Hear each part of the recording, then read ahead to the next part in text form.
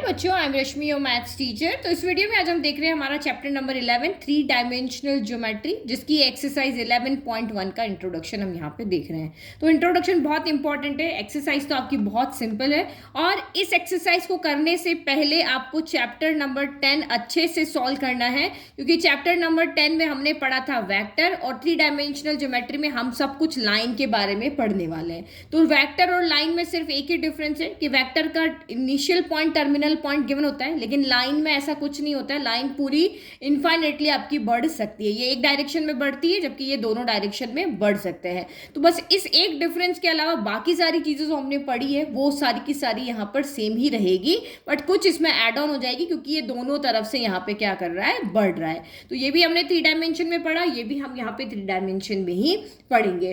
तो 11.1 के अंदर जो हमारा फर्स्ट टॉपिक है वो है direction cosines and direction ratios of a line. ठीक है, तो फर्स्ट टॉपिक को देखने से पहले आप वेक्टर के लिए भी हमने 10.1 जो इंट्रोडक्शन पढ़ा था, तो उसमें हमने पढ़ा था 10.1 के लिए भी direction cosines and direction ratios. तो ये बहुत हमने डीप में वहां पे पढ़ा था, लेकिन मैं अभी आपको सिंपली, अगर आपको एक वेक्टर यहाँ पे दिया हुआ है तो आप उसके डायरेक्शन कोसाइंस कैसे निकालोगे और डायरेक्शन रेशियो कैसे निकालोगे वो अपने दिमाग में रखना है, क्योंकि मेनली हमें एग्जाम में क्वेश्चंस करने हैं। तो इन्हीं से आपके इसके वेक्टर के किसी साथ साथ लाइन के क्वेश्चंस भी हो जाएंगे। तो यहाँ पे देखो, ये मेरा कोई एक वेक्टर है, आपको क्वेश्चन में दिया हुआ है, ये एक वेक्टर है, इसके direction cosines and direction ratio लिखो। तो डायरेक्शन रेशियो तो आप डायरेक्ट लोगे, ये एक वेक्टर है तो ये एक्स वाई जेड, ये आपके क्या है, डायरेक्शन रेशियो है।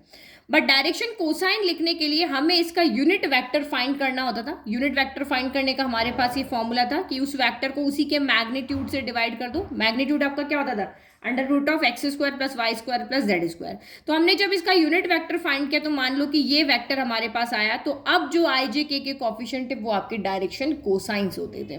तो ये प्रैक्टिकल बात है कि हम क्वेश्चंस को इस तरीके से सॉल्व करते थे। लेकिन अब हम यहाँ लाइन के लिए देखते हैं, तो थोड़ा सा वेक्टर को लेके रिलेट करके चलते रहेंगे।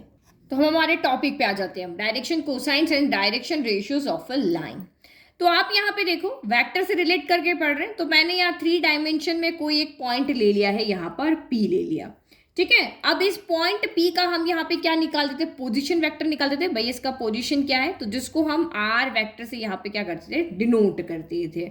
अब मान लिया कि ये जो हमारा ये जो आपका R है, या जो ये OP वेक्टर है, ये एक्स एक्सिस के साथ में मान लिया कि अल्फा एंगल बनाता है, वाई एक्सिस के साथ में मान लिया कि बीटा एंगल बनाता है, और जेड एक्सिस के साथ में ये गामा एंगल बनाता है पॉजिटिव डायरेक्शन में। ठीक है, तो ये पॉजिटिव डायरेक्शन में इसके साथ में एक्स के साथ अल्फा, वाई के साथ बीटा, जेड के साथ यहाँ पे गामा एंगल बना रहा है। तो आप अल्फा बीटा गामा को यहाँ पे क्या कहते थे, अल्फा बीटा गामा को हम यहाँ पे कहते थे डायरेक्शन एंगल्स। ये 10.1 में पढ़ा था कि वेक्टर आर जो है वो अल्फा बीटा गामा एंगल बना रहा है एक्स वाई जेड के साथ में, तो हम अल्फा बीटा गामा को यहाँ पे डायरेक्शन एंगल्स कहते थे। और इन डायरेक्शन एंगल्स की जो कॉस वैल्यू है, यानी cos alpha, cos beta, cos gamma, इनको हम यहाँ पे क्या कहते थे, डायरेक्शन कोसाइंस। क्या कहते थे, जो भी एंगल यहाँ पे ये एक्स वाई जेड के साथ बना रहा है, अगर आप उसकी कॉस वैल्यू फाइंड कर लो तो हम उनको यहाँ पे डायरेक्शन कोसाइंस कहते थे। तो कोसाइंस क्या हो गए, और इन कोसाइंस को हम डिनोट किससे करते थे,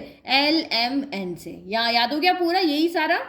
तो ये सारा कुछ हमने पढ़ा वेक्टर के बारे में, और आपको पहले से पता है कि किसी भी एक वेक्टर के सिर्फ ये इतने ही डायरेक्शन कोसाइंस होते हैं, सिर्फ एक ही डायरेक्शन कोसाइंस होता है। सिर्फ अल्फा बीटा गामा आप यहाँ पे लिख दोगे तो ये सिर्फ यही हमारे डायरेक्शन कोसाइंस होंगे, इसके अलावा कोई भी डायरेक्शन कोसाइंस यहाँ पे नहीं होता है। अब यहाँ पे जो हम बात कर रहे हैं वो हमारी लाइन की। तो आपको पता है कि वेक्टर का एक स्टार्टिंग पॉइंट होगा, एक एंडिंग पॉइंट है। इनिशियल पॉइंट होता है, टर्मिनल पॉइंट होता है, बट लाइन के लिए ऐसा नहीं होता है। लाइन तो दोनों ही डायरेक्शन में कहीं तक भी जा सकती है।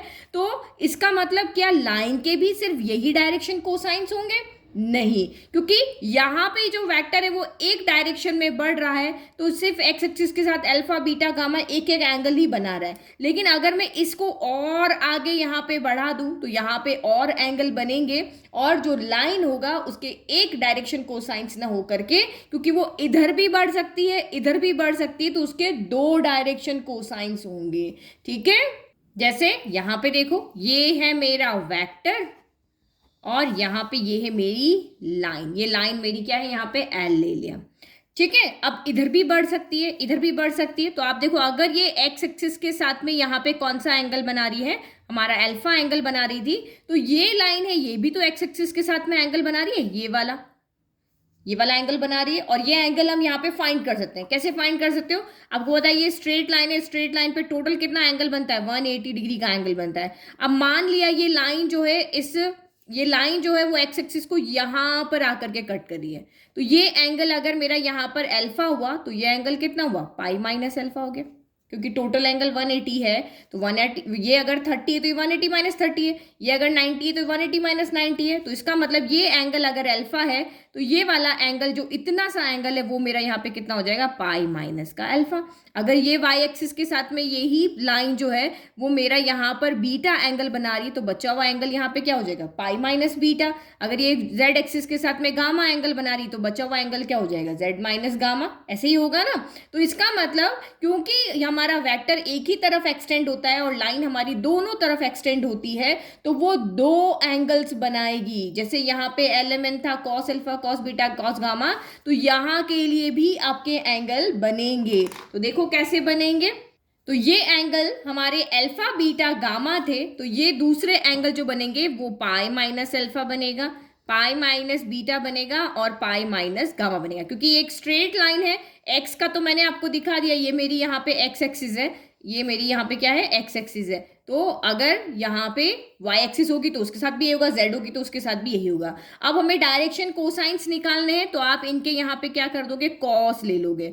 तो cos pi minus alpha, cos pi minus beta, और ये आपका कॉस पाई माइनस गामा हो जाएगा। कॉस पाई माइनस अल्फा क्या होता है? कौन सा क्वाड्रेंट आएगा? थर्ड क्वाड्रेंट आएगा। इस तरह से अगर आप देखोगे तो थर्ड क्वाड्रेंट में कॉस क्या होता है? नेगेटिव। तो माइनस का कॉस अल्फा आएगा, माइनस का कॉस बीटा आएगा और माइनस का कॉस यहाँ पे गामा आ जाएगा। तो अगर हमें लाइन है तो उसके दो डायरेक्शन कोसाइंस होंगे, एक एल एम एन होगा और दूसरे यहाँ पे क्या होंगे? माइनस का एल, माइनस का एम और ये माइनस का एन। क्योंकि नेगेटिव ना, कॉस अल्फा को हम एल से डिनोट कर रहे हैं, तो यहाँ एल रखो तो माइनस का एल, यहाँ एम रखो माइनस का एम, और यहाँ पे आपका क्या हो जाएगा? माइनस का एन यहाँ पे हो जाएगा। तो हमें दो सेट मिलेंगे डायरेक्शन कोसाइंस के। वहां हमें एक सेट मिल रहा था, यहाँ हमें दो सेट मिलेंगे। ठीक है, तो मैंने लिख दिया a line has to set of direction cosines. चाहे ऐसे डिनोट करो, चाहे आपके ऐसे इस तरह से आप यहाँ पे डिनोट करो।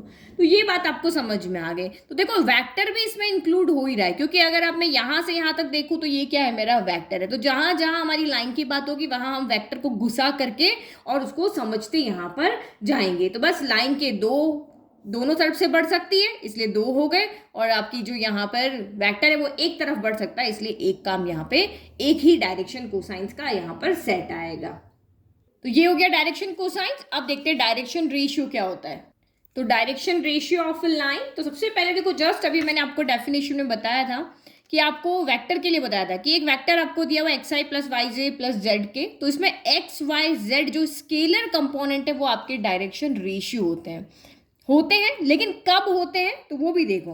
तो इनको डायरेक्शन रेशियो बनाने के लिए हमारे पास एक कंडीशन होती है, और वो कंडीशन यहाँ पे ये होती है कि जो आपके डायरेक्शन कोसाइंस आएंगे, कौन आ रहे हैं आपके यहाँ पे? ए बी सी हमने यहाँ पे लिखे ना, तो इनसे प्रोपोर्शनल जो है वो क्या होना चाहिए? इक्वल होना चाहिए। जैसे यहाँ पे ए अपॉन एक्स, तो मैं ए को नहीं लेती हूँ, हम डायरेक्शन कोसाइंस को जनरली एलिमेंट से डिनोट करते, तो मैं यहाँ पे एल एम एन कर देती हूँ, है ना। तो ये यहाँ पे एल हो गया, ये एम हो गया, ये एन हो गया। तो एल अपॉन ए, यानी कि यहाँ पे हमारा कौन है? यहाँ पर एक्स है ना, तो x लिख सकते, तो l upon x equal to m upon y equal to z n upon क्या होना? जेड। ये सारी वैल्यू क्या होनी चाहिए? एक इक्वल आनी चाहिए। ये कंडीशन अगर फुलफिल होती है तभी हमारे जो एक्स वाई जेड है वो डायरेक्शन रेशियो बनते हैं। तो मोस्टली हमारा यहाँ पे हो जाता है, ऐसा कहीं भी नहीं आएगा कि ये रेशियो इक्वल नहीं आएंगे। तो इसीलिए तो मैंने आपको पहले कहा कि स्केलर क्वांटिटी डायरेक्शन रेशियो होगी, लेकिन कब होगी? कि जब आप डायरेक्शन कोसाइंस को इन एक्स वाई जेड कोई भी तीन नंबर है उससे अगर आप यहाँ पे डिवाइड करते हो और वो रेशियो सेम प्रोपोर्शनल आ जाता है, तो इसका मतलब ये डायरेक्शन रेशियो बन जाते हैं। तो सेम अभी जो हम यहाँ पे पढ़ रहे हैं, यहाँ पे भी आपका ऐसा ही होगा कि कोई तीन नंबर आपको ऐसे लेने हैं कि जिनका डायरेक्शन कोसाइंस के साथ में रेशियो या प्रोपोर्शनल जो है वो इक्वल आ जाता है, तो वो तीन नंबर आपके डायरेक्शन रेशियो बन जाएंगे। ठीक है, तो यहाँ पे लिख दिया any three numbers which are proportional to the direction cosines. कोई भी दुनिया में अनगिनत नंबर है, आपके डायरेक्शन कोसाइंस कुछ भी आ रहे हैं, 2 3 5 आ रहे हैं, उसके डिनोमिनेटर में आप कोई भी 3 नंबर रखो और हमेशा फ्रैक्शन क्या आ रहा है आपका यहाँ पर सेम आ रहा है, तीनों का फ्रैक्शन या तीनों का प्रोपोर्शनल जो है वो आपका सेम आ रहा है, तो इन ए बी सी को हम डायरेक्शन रेशियोज यहाँ पे कहेंगे। ये आपकी यहाँ पे डेफिनेशन है। तो एल एम एन हमने डायरेक्शन कोसाइंस पहले ही बता दिए, और मान लिया हमने पूरी दुनिया भर के जितने भी नंबर है इनफाइनाइट नंबर से उसमें से कोई भी 3 नंबर ऐसे यहाँ पे लगा दिए कि इनका रेशियो जो है यहाँ पर क्या आ रहा है, सेम आ रहा है, तो ए बी सी आपके डायरेक्शन कोसाइंस यहाँ पे हो जाएंगे। अब इससे हम कुछ एक कंक्लूजन निकालेंगे। तो यहां से कंक्लूजन क्या निकालेंगे कि आपको क्वेश्चन में अगर डायरेक्शन रेशियोज दिया हो, जैसे वेक्टर में आपको दिए हुए होते थे, जैसे ये वेक्टर है ना, तो वेक्टर में आपको दिया हुआ जैसे कोई A I cap plus B J cap plus C K cap, ये आपको वेक्टर है, तो ये आपके डायरेक्शन रेशियोज आपको यहाँ पर दिए हुए हैं। तो आपको जब डायरेक्शन रेशियो दिए हुए हो तो डायरेक्ट आप डायरेक्शन कोसाइंस कैसे निकालो। देखो डायरेक्शन कोसाइंस निकालने के हमारे पास कितने तरीके हैं।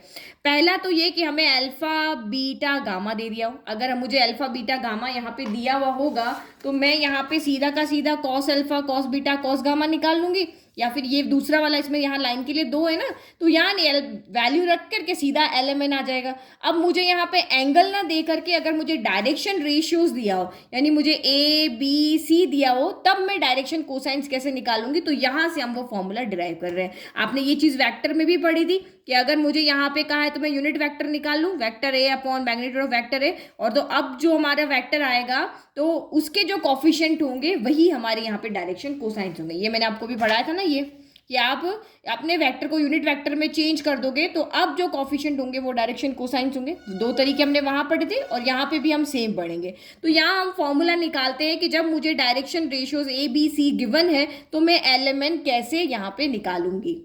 बहुत इजी है, कोई डिराइव आपको यहाँ पे याद नहीं रखना है, लेकिन अगर आप देखोगे तो आपको फॉर्मूलाज वो याद रखने में इजी रहेगा कैसे वो चीज़ यहाँ पर आई है। तो देखो इसके लिए आपको एक तो ये चीज़ पता होनी चाहिए जो हमने पिछले चैप्टर में पढ़ा है कि l square plus m square plus n square जो क्या होता है 1 होता है। ये जो हमारे तीनों डायरेक्शन कोसाइंस के इनके स्क्वायर का सम जो होता है वो मेरा 1 होता है। ये मैंने आपको 10 चैप्टर के अंदर अच्छे से एक्सप्लेन किया था। अब देखो यहाँ से हम कुछ वैल्यू निकालते हैं और उसको सॉल्व करते हैं। तो एल इक्वल टू ए इधर चला जाएगा, तो एल इक्वल टू आपका ए के हो गया। फिर सेम इसके लिए भी करो तो एम इक्वल टू बी इधर चला गया, तो ये बी के हो गया। तो हम सिर्फ दो को लेकर सॉल्व करें, अगर सिर्फ इन दोनों को लिया तो एन इक्वल टू आपका यहाँ पर क्या आ जाएगा, सी के हो जाएगा। अब मुझे पता है कि l square plus m square plus n square equal to 1 होता है, तो मैं यहाँ भी लेफ्ट मेरा एल एम एन है तो इसको मैं यहाँ पे क्या कर दूँ, इसी से मैंने आइडिया लिया, स्क्वायरिंग एंड ऐड कर देंगे। क्या करेंगे, दोनों को, इन तीनों को स्क्वायरिंग एंड ऐड करेंगे। तो लेफ्ट को लेफ्ट से एल स्क्वायर, लेफ्ट का लेफ्ट से एम स्क्वायर, लेफ्ट का लेफ्ट से तो एन स्क्वायर। अब यहाँ पे करोगे तो ए स्क्वायर के स्क्वायर, फिर आपका बी स्क्वायर के स्क्वायर और ये आपका सी स्क्वायर के स्क्वायर। ये तीनों आपस में इक्वल है तो तीनों का लेफ्ट का सम तीनों के राइट के सम के क्या होगा, इक्वल होगा। अभी जस्ट हमने लिखा l square plus n square m square plus n square equal to 1 होता है, और यहाँ से आप के स्क्वायर कॉमन ले लो तो ये आपका क्या बचा, A square plus B square plus C square बचा। अब मैं अगर मैं यहाँ पे कांस्टेंट की वैल्यू रख दूं, ये देखो ए बी सी तो आपको क्वेश्चन में गिवन होंगे, एल एम एन आपको फाइंड करना है। अगर मैं यहाँ से के की वैल्यू निकाल लेती हूँ तो मुझे यहाँ से l m n easily find हो जाएगा। तो यहाँ से देखो के की वैल्यू हम इजीली कैलकुलेट कर पा रहे हैं, 1 upon a square plus B square plus C square equal to आपका के स्क्वायर हो गया। तो मुझे तो के की वैल्यू चाहिए, तो इस स्क्वायर को जब मैंने उधर भेजा तो वहाँ पे प्लस माइनस भी जाएगा, 1 का रूट लगेगा 1, और ये A square plus B square plus C square हो गया, और ये आपके यहाँ पर क्या हो गई, के की वैल्यू हो गई। अब के की वैल्यू को आप यहाँ पे रख दो तो एल की वैल्यू आ जाएगी, एम की वैल्यू आ जाएगी, एन की वैल्यू आ जाएगी। तो लिखो फिर यहाँ पे, तो एल इक्वल टू, तो यहाँ पे इसको फर्स्ट कर देते हैं ना, इसको कर देते, इसमें वैल्यू रख देंगे,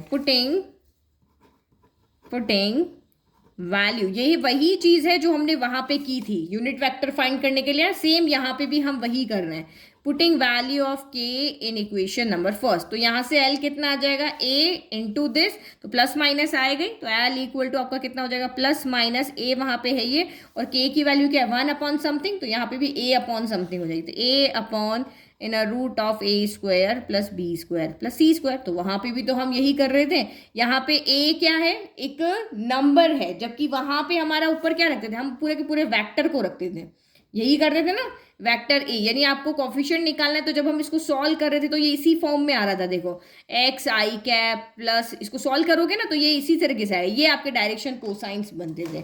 तो सेम यहाँ पर भी यही है। फिर एम इक्वल टू कितना आ जाएगा, तो एम इक्वल टू बी के है, तो यह आएगा plus minus B upon inner root of A square plus B square plus C square, और N equal to as it is N equal to plus minus C upon inner root of A square plus B square plus C square हो जाएगा। तो ये अलग अलग हो गया, कुछ नहीं किया, जो हम वहां कर रहे थे वो का वो यहाँ पे कर रहे हैं। देखो जैसे मैं आपको एग्जांपल में समझाती हूँ, वहां हम कैसे करते थे वेक्टर के अंदर, find unit vector in the direction of vector. तो एक्चुअल में हमें यहाँ पे डायरेक्शन वेक्टर निकालना है, यूनिट वेक्टर निकालना मतलब डायरेक्शन वेक्टर। तो देखो ये हमारा वेक्टर था, फिर हमने इसका यूनिट वेक्टर निकाला जो कि हमारा ये बन गया। क्या करना है, यूनिट वेक्टर निकालने के लिए वेक्टर ए को उसके मैग्नीट्यूड से ही तो डिवाइड करना होता है।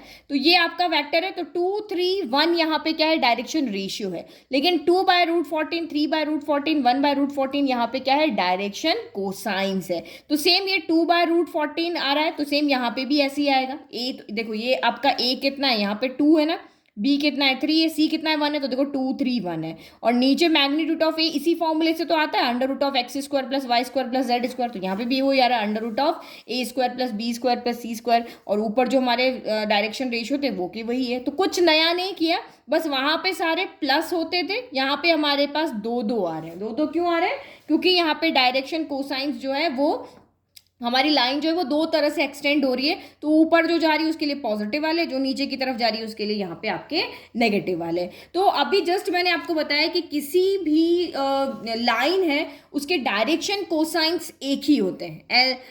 यहाँ पर आपके नहीं सॉरी, किसी वेक्टर के जो डायरेक्शन कोसाइंस है वो एक ही होते हैं, एल एम एन होंगे। लेकिन किसी लाइन के जो डायरेक्शन कोसाइंस है उसमें 2 सेट होते हैं, एक एल एम एन होता है, एक minus l minus m minus n होता है। ये आपको मैंने भी पीछे बताया। लेकिन किसी वेक्टर के डायरेक्शन रेशियो कितने होते हैं और किसी लाइन के डायरेक्शन रेशियो कितने होते हैं, ये आपको पता है या नहीं है, क्योंकि ये 1 मार्क का क्वेश्चन है जो एग्जाम में पूछा जाएगा।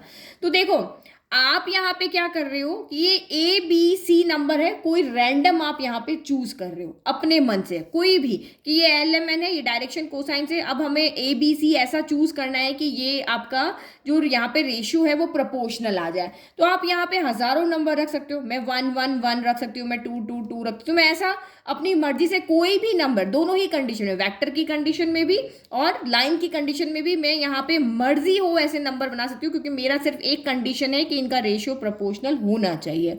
तो जब मेरे पास इनफाइनाइट एबीसी मुझे पुट करने का ऑप्शन है तो डायरेक्शन रेशियो भी इनफाइनाइट होंगे, चाहे वो वेक्टर की कंडीशन में हो, चाहे वो आपके यहाँ पर किसकी कंडीशन में, लाइन की कंडीशन में हो। तो ये चीज आपको यहाँ पे मैं लिख लेती हूँ नोट के अंदर, वेक्टर के अंदर भी उतने ही होंगे और यहाँ पर लाइन के लिए भी उतने ही होंगे, क्योंकि एबीसी हम अपनी मर्जी से चूज कर रहे हैं। जैसे देखो जैसे ये मैंने एलिमेंट लिया 3 4 5 लिया, अब मुझे ए बी सी लेना है, ऐसा लेना है कि मेरे यहाँ पे रेशियो सेम आना चाहिए। तो मैंने इसको 6 लिया, इनके डबल कर देती हूँ, है ना। बी को मैंने यहाँ पे क्या कर दिया 8 ले लिया, और सी को मैंने यहाँ पे क्या कर दिया 10 ले लिया। तो देखो 3/6 इक्वल टू 4/8 इक्वल टू 5/10 है। सबका रेशियो यहाँ पे क्या आ रहा है 1/2 आ रहा है। अब मैं इनको और डबल कर दूं, अभी मैं ए को यहाँ पे 12 ले लेती हूँ, बी को मैं यहाँ पे 16 ले लेती हूँ, सी को मैं यहाँ पे 20 ले लेती हूँ। अब करके देखो 3/12 इक्वल टू 4/16 इक्वल टू 5 यहाँ पर कितना हो जाएगा 20 हो जाएगा ना। तो अब देखो आप रेशियो कितना आ रहा है 3 1 जा 3 3 4 जा 12 4 1 जा 4 4 4 जा 16 5 1 जा 5 5 4 जा 20। तो रेशियो सेम आ रहा है, सबका रेशियो सेम आ रहा है। तो इस तरह से आप एबीसी जितने मर्जी उतने रख लो ना, तो आप यहाँ पे क्या कर लोगे, आपका रेशियो तो यहाँ पे सेम बनाना है, बस यहाँ पे 1/2 आ रहा है सबका रेशियो, यहाँ 1/4 आ रहा है। तो इस तरह से हम इनफाइनाइट एबीसी यहाँ पर पुट कर सकते हैं। लेकिन एलिमेंट आपके वही 2 सेट आएंगे, एक पॉजिटिव वाला आएगा और एक आपका नेगेटिव वाला आएगा। तो ये हमारी 100 बात की एक बात यहाँ पे लिख दी कि 2 set of direction cosines possible है। ये किसके लिए, लाइन के लिए, ये हम लाइन के लिए लिख रहे हैं ये वाले। और for any line there are infinite many set of direction ratios are possible. क्यों पॉसिबल, क्योंकि हम अपनी मर्जी से चूज करें और हमें सिर्फ एक कंडीशन दी है कि रेशियो आपका प्रोपोर्शनल होना चाहिए। तो ये मैंने अभी आपको बता दिया था, l square plus m square plus n square equal to 1 होता है। तो ये क्या होता है, relation between the direction cosines of vector के लिए भी यही होगा, and relation between direction cosines of a line भी होगा। अब ये रिलेशन आया कैसे, तो वो अभी हम देख लेते हैं, बट ये रिलेशन होता है, ये आपको याद रखना है। तो relation between the direction cosines of a line, ये रिलेशन है। और ये आया कैसे वो एग्जाम में इंपॉर्टेंट नहीं है, कोई भी आपको डिराइव करने के लिए नहीं कहेगा, बट आप फिर भी देख लो कि ये रिलेशन आता कैसे है। तो देखो हमें लाइन के लिए देखना है, और लाइन भी एक तरह से देखो तो एक वेक्टर ही है, मतलब वेक्टर एक तरफ बढ़ रहा है, लाइन दोनों तरफ बढ़ रही है। तो मैं इसको एक वेक्टर की फॉर्म में ही समझाती हूँ, मतलब वेक्टर लेकर के हम चलेंगे और बाद में उसको लाइन के लिए कह देंगे। तो मैं यहाँ पे कोई एक वेक्टर ले लेती हूँ, लेट कि मैंने ये यहाँ पे ओपी वेक्टर ले लिया, ठीक है। ये मैंने क्या लिया, ओपी वेक्टर ले लिया, ठीक है। इस वेक्टर को हम आर इस तरह से भी डिनोट करते हैं और इस तरह से भी यहाँ पे इसको डिनोट करते हैं, ठीक है। तो ये ओपी वेक्टर हो गया। अब हमें इसका वेक्टर लिखना है, तो क्या हो जाएगा, कोई भी ले लो, एक्स ले लो, एक्स आई कैप प्लस वाई जे कैप, ये सब मैं आपको पहले समझा चुकी हूँ, जेड के कैप हो गया। अगर मुझे ओपी का डिस्टेंस निकालना है तो उसका मैग्नीट्यूड निकालेंगे, और मैग्नीट्यूड को हम स्मॉल आर से भी डिनोट करते हैं। तो वो कैसे निकलता है आपका, x square plus y square plus आपका कितना हो गया, जेड स्क्वायर हो गया, ठीक है। अब मुझे यहाँ पे निकालना, ये चीज़ मुझे यहाँ पे शो करना है, इसके लिए कुछ तो करना पड़ेगा। तो देखो ये हमने पहले कर रखा है, हम यहाँ पे क्या, हमें पता है कि जो एक्स एक्सिस के साथ में ये जो वेक्टर है अल्फा बनाता है, इसके बाद बीटा बनाता है, इसके बाद गामा बनाता है, ठीक है। तो मुझे यहाँ पे क्या करना है, इन तीनों एंगल्स के कोसाइन निकालने हैं, अल्फा के, बीटा के और गामा के। तो यहाँ पे भी आप देख लो, तो ये हमारा अल्फा एंगल बन रहा है, ये हमारा बीटा एंगल बन रहा है, और ये हमारा यहाँ पे गामा एंगल बन रहा है। तो मैं यहाँ पे क्या करती हूँ, किसी एक को लेती हूँ, ये जो हमने लिखा था ना, cos alpha equal to x upon r, cos beta equal to y upon r, cos gamma z upon r, तो ये आया कैसे था। तो इसकी वैल्यू, कोसाइन की वैल्यू, इन एंगल्स की कोसाइन वैल्यू निकालने के लिए हमने क्या किया कि पॉइंट पी से एक्स एक्सिस पे एक परपेंडिकुलर ड्रॉ किया। अब यहाँ तो आपको दिखेगा नहीं, अब आपको इमेजिन करना पड़ेगा। तो देखो यहाँ पे इमेजिन करते हैं, 3D बनाते हैं, ये आपका हो गया, ठीक है। और ये आपका इस तरह से देखो, ये आपको 3D दिख रहा है कि ये देखो तीनों के बीच में 90 डिग्री का एंगल है, 3D है। अब मैंने यहाँ पे क्या कर दिया, कोई इस तरह से मेरा ओपी वेक्टर है, ये ओपी वेक्टर है ना, तो इस तरह से मेरा ये ओपी वेक्टर है। अब मुझे परपेंडिकुलर ड्रॉ करना है, तो एक बार मैं इसको आप इमेजिन करना, इसको मैं हटा देती हूँ। अब मुझे परपेंडिकुलर ड्रॉ करना है एक्स एक्सिस के ऊपर, तो मैं यहाँ से कर सकती हूँ, इस तरह से आपको दिखेगा, ये परपेंडिकुलर है, दिख रहा है ना, ये इस एक्सिस के ऊपर क्या है, परपेंडिकुलर है, इस तरह से देखो ये परपेंडिकुलर है ना। तो हमने P से क्या किया है, एक्स एक्सिस के ऊपर एक परपेंडिकुलर ड्रॉ किया है, तो जो मेरा इस तरह से इस तरह से इस तरह से दिख रहा है, जो कि यहाँ पे दिख रहा है ना। तो अब इसको मैंने एक राइट एंगल, क्योंकि परपेंडिकुलर ड्रॉ किया तो राइट एंगल ट्राइंगल भी यहाँ पे होगा। तो ये वेक्टर R हो गया, और ये मेरा यहाँ पे क्या था, अल्फा एंगल, एक्यूट एंगल यहाँ रख दिया, ये 90 डिग्री मैंने यहाँ पर दिया, एक एंगल 90 है तो दूसरा ऑब्वियसली एक्यूट एंगल ही यहाँ पर होगा। तो यहाँ से आप क्या करो, कॉस, इस अल्फा की कॉस वैल्यू निकालनी, तो कॉस अल्फा क्या होता है, बी अपॉन एच होता है, ये सारा 10.1 में हम पढ़ चुके हैं। तो बी अपॉन एच होता है, तो बेस आपका यहाँ पर कितना हो गया, एक्स हो गया, क्योंकि एक्स एक्सिस के ऊपर है तो कोई ना कोई एक्स की ही लेंथ होगी, तो ये एक्स एक्सिस हो गया, वाई जेड तो जीरो होंगे। इस एक्स एक्सिस पे अगर ये कोई पॉइंट है तो ये एक्स 0 0 यही कॉफिशिएंट होंगे ना, तो ये आपका एक्स हो गया। और हाइपोटेनस क्या हो जाएगा, ओ से पी तक का डिस्टेंस, यानी मैग्नीट्यूड ऑफ आर, यानी उसको हम आर ले रहे हैं। तो cos alpha x upon r हो गया, कॉस बीटा इसी के सिमिलर वाई अपॉन आर हो गया, और कॉस गामा यहाँ से कितना हो जाएगा, जेड अपॉन आर हो जाएगा। ये सब मैं आपको पहले समझा चुकी, तो ये मैं डायरेक्ट लिख लेती हूँ, ठीक है। तो ये मैंने यहाँ लिख दिया, और आप नोट्स देखोगे तो मैंने इसलिए यहाँ मेंशन भी कर दिया कि 10.1 एक्सरसाइज के इंट्रोडक्शन से हम ये सारा यहाँ पर ले करके आए हैं कि भाई ये हमारा राइट एंगल ट्राइंगल था, ये हमारा अल्फा है, ये 90 डिग्री है, ये हमारा आर है, ये एक्स है, ये ओ है, ये ए है, ये आपका पी है, ठीक है। फिर कॉस अल्फा को हम किससे डिनोट करते हैं, एल से, तो l equal to x upon r. Cos beta को एम से, तो m equal to y upon r. और कॉस गामा को हम डिनोट करते हैं एन से, तो n equal to z upon क्या हो गया, आर हो गया, ठीक है। L square plus m square plus n square equal to 1 हमें शो करना है। तो जो हमें शो करना है, तो l square plus m square plus n square चाहिए, तो स्क्वायर करके आपको यहाँ पे क्या करना है, ऐड करना है। तो स्क्वायरिंग एंड ऐड करो, स्क्वायर किया तो लेफ्ट को लेफ्ट से l square plus m square plus n square हो गया, राइट को राइट से x square by r square plus y square by r square. R यहाँ पे क्या है, यहाँ से यहाँ तक की लेंथ है, और ये हो गया आपका z square by r square हो गया। तो ये तो आपका इसकी वैल्यू फाइंड करनी, इसको सॉल्व करो। तो एलसीएम लोगे तो ये आर स्क्वायर हो गया, और ये क्या हो गया, x square plus y square plus z square. अब यहाँ देखो मैग्नीट्यूड ऑफ आर क्या होता है, under root of x square plus y square plus z square होता है। इसका आप होल स्क्वायर कर दोगे तो क्या होगा, स्क्वायर यहाँ से हट जाएगा, तो यहाँ पे इसको लिख लेते फर्स्ट। तो यहाँ से लिख लो फ्रॉम फर्स्ट से आर स्क्वायर की वैल्यू कितनी हो जाएगी, x square plus y square plus z square upon x square plus y square plus z square, यानी कि कितनी आ जाएगी, 1 आ जाएगी।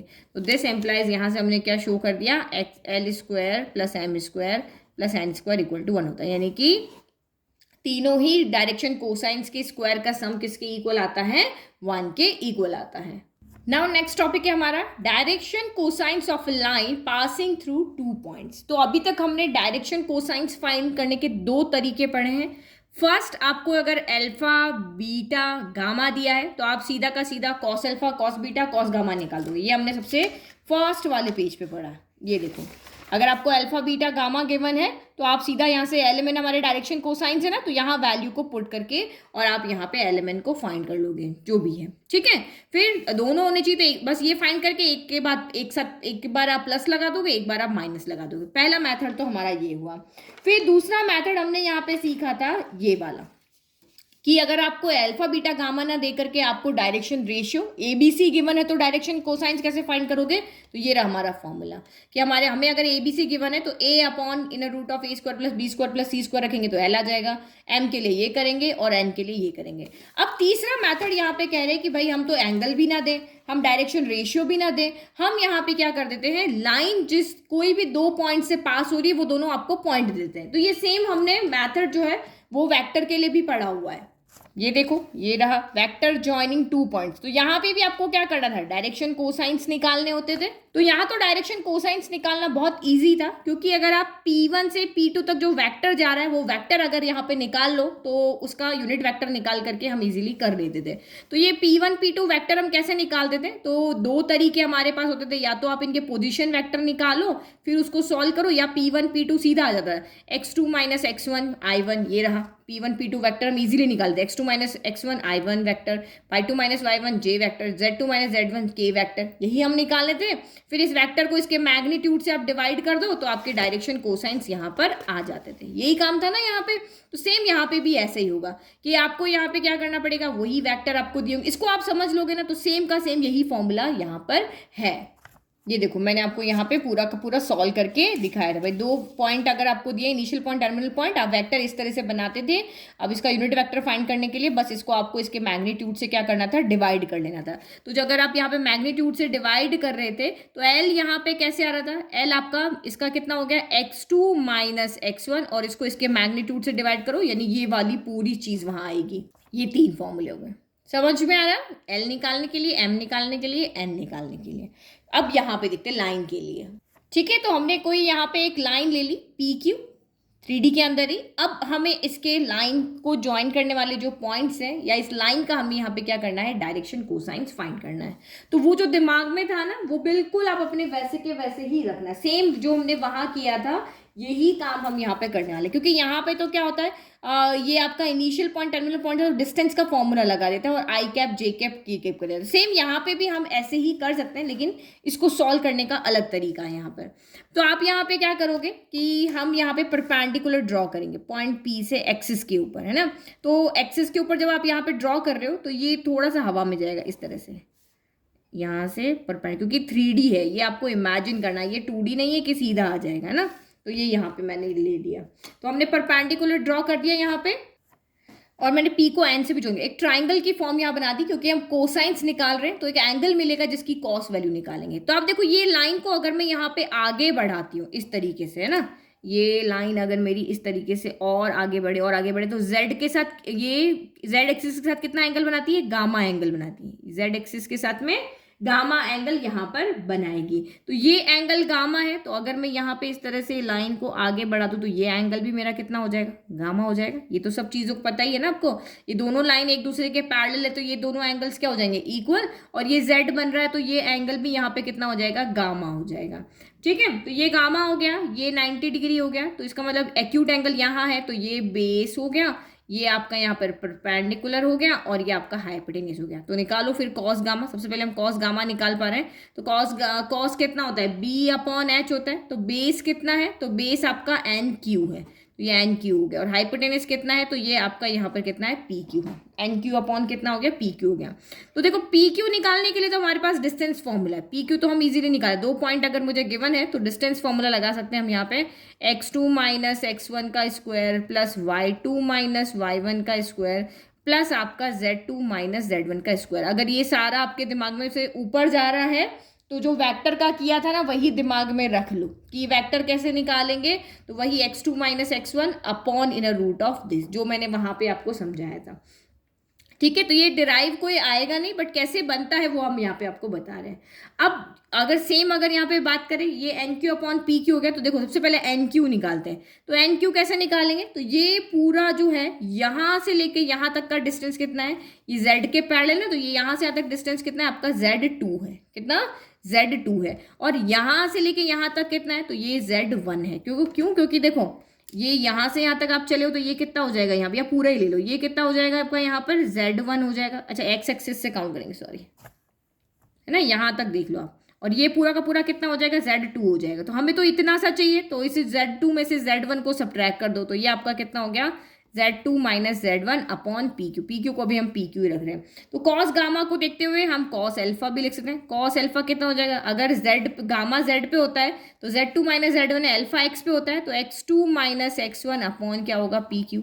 और कॉस बीटा कितना हो जाएगा, बीटा आपका किस पे होगा, Y पे, तो Y2 माइनस Y1 अपॉन कितना हो गया, PQ हो गया। अब आप यहाँ पे डायरेक्शन कोसाइंस लिख सकते हो, cos alpha cos beta cos gamma पता है तो बस पी क्यू की वैल्यू रख देना, तो वही फॉर्मूला आपको आ गया। Direction cosines when 2 points given, तो वो कितना हो जाएगा आपका यहाँ पर, तो पहला हो रहा है आपका कॉस अल्फा, तो हो जाएगा x2 minus x1, P Q की वैल्यू आप यहाँ पे रख दो, तो ये हो गया x2 माइनस x1 का square plus y2 minus y1 का square plus Z2 minus Z1 का स्क्वायर। तो जो 2 पॉइंट आपको दिए हुए होंगे तो उसमें आपको यहाँ पे क्या करना है, उन दोनों पॉइंट के डिस्टेंस है, नहीं पी क्यू में से x2 माइनस x1 कर रहे हो तो ये आपका यहाँ से क्या हो जाएगा, डिस्टेंस हो जाएगा, क्योंकि ये पूरा x2 है और ये पूरा आपका यहाँ x1 है। और नीचे आपको क्या करना है, पी क्यू डिस्टेंस का क्या कर देना है, डिस्टेंस निकाल करके पूरे का डिवाइड कर देना, जो हम पीछे कर रहे थे। मैग्नीट्यूड भी तो हम ऐसे ही निकालते थे।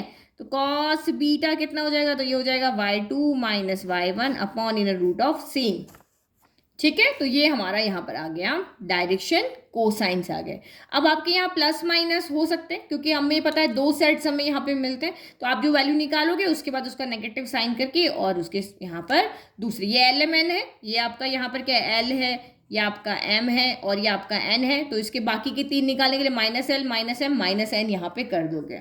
और डायरेक्शन रेशियोज क्या होंगे, तो ये आपके डायरेक्शन रेशियोज होंगे, क्योंकि वो देखो आई कैप के साथ में ये मल्टीप्लाई होगा, ये जे कैप के साथ में वेक्टर से रिलेट कर रहे हैं ना, ये के कैप के साथ में, तो ये आपके यहाँ पे क्या हो जाएंगे, डायरेक्शन रेशियोज हो जाएंगे। और ये आपके डायरेक्शन कोसाइन से जो आपके 2 सेट मिल सकते हैं, LMN minus L minus M minus N।